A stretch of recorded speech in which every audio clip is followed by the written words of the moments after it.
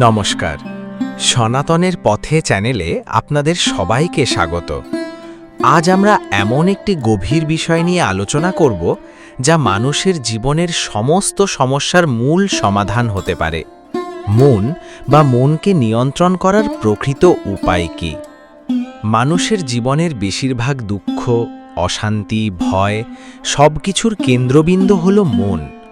যদি মন শান্ত থাকে তাহলে বাইরের কোনো পরিস্থিতিই আমাদের খুব বেশি বিচলিত করতে পারে না। কিন্তু যদি মন অস্থির হয় তাহলে সামান্য সমস্যাও আমাদের জীবনে বড় দুঃখ হয়ে দাঁড়ায়। সনাতন শাস্ত্র এই মনকে খুব গভীরভাবে বিশ্লেষণ করেছে। শ্রীমদ্ ভগবদ্গীতাতে ভগবান শ্রীকৃষ্ণ অর্জুনকে বলেন, চঞ্চলং হি মনঃ কৃষ্ণ প্রমাথি বলবদৃঢ়ম তস্যাহং নিগ্রহং মন্যে বায়োরিব সুদুষ্করম। অর্থাৎ মন অত্যন্ত চঞ্চল, অস্থির, শক্তিশালী এবং জেদি। এটিকে নিয়ন্ত্রণ করা যেন বাতাসকে নিয়ন্ত্রণ করার মতোই কঠিন। অর্জুনের এই কথার উত্তরে ভগবান শ্রীকৃষ্ণ বলেন, অসংশয়ং মহাবাহো মনো দুর্নিগ্রহং চলম অভ্যাসেন তু কৌন্তেয় বৈরাগ্যেণ চ গৃহ্যতে। অর্থাৎ সন্দেহ নেই যে মন নিয়ন্ত্রণ করা কঠিন, কিন্তু অভ্যাস এবং বৈরাগ্যের মাধ্যমে এটিকে নিয়ন্ত্রণ করা সম্ভব। এই দুটি শব্দ, অভ্যাস এবং বৈরাগ্য, সনাতন দর্শনের মূল চাবিকাঠি। অভ্যাস মানে বারবার চেষ্টা করা, নিজের মনকে সঠিক পথে ফিরিয়ে আনা, আর বৈরাগ্য মানে আসক্তি কমিয়ে আনা, অপ্রয়োজনীয় চিন্তা এবং আকাঙ্ক্ষা থেকে নিজেকে দূরে রাখা। এই শিক্ষাটি শুধু গীতাতেই সীমাবদ্ধ নয়। কঠোর উপনিষদে মনকে একটি রথের সঙ্গে তুলনা করা হয়েছে।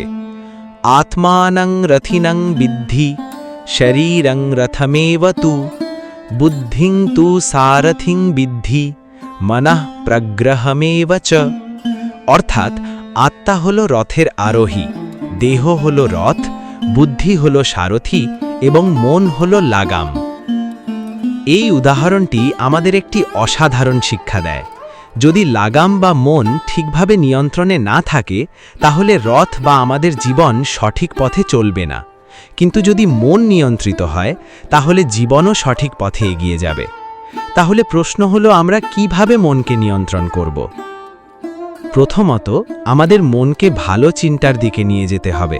শাস্ত্র পাঠ, জপ, ধ্যান এগুলি মনের জন্য অত্যন্ত উপকারী। দ্বিতীয়ত, আমাদের অপ্রয়োজনীয় চিন্তা এবং আসক্তি কমাতে হবে। যত বেশি আমরা বাইরের জিনিসের উপর নির্ভর করব তত বেশি মন অস্থির হবে। তৃতীয়ত, নিয়মিত অভ্যাস করে তুলতে হবে। একদিনে মন নিয়ন্ত্রণ সম্ভব নয়, কিন্তু ধীরে ধীরে অভ্যাসের মাধ্যমে এটি সম্ভব। যখন আমরা এইভাবে মনকে নিয়ন্ত্রণ করতে শিখি তখন আমাদের জীবনে একটি গভীর পরিবর্তন আসে। আমরা শান্ত হতে শুরু করি, স্থির হতে শুরু করি এবং বাইরের পরিস্থিতি আমাদের আর সহজে প্রভাবিত করতে পারে না। এই কারণেই সনাতন ধর্মে বলা হয়, মন জয় করাই আসল জয়। যে নিজের মনকে জয় করতে পারে সে প্রকৃত অর্থেই সফল। আজকের আলোচনার মাধ্যমে আমরা বুঝতে পারলাম, মনকে নিয়ন্ত্রণ করা কঠিন হলেও অসম্ভব নয়। সঠিক জ্ঞান, অভ্যাস এবং বৈরাগ্যের মাধ্যমে আমরা ধীরে ধীরে নিজের মনকে নিয়ন্ত্রণ করতে পারি। ধন্যবাদ।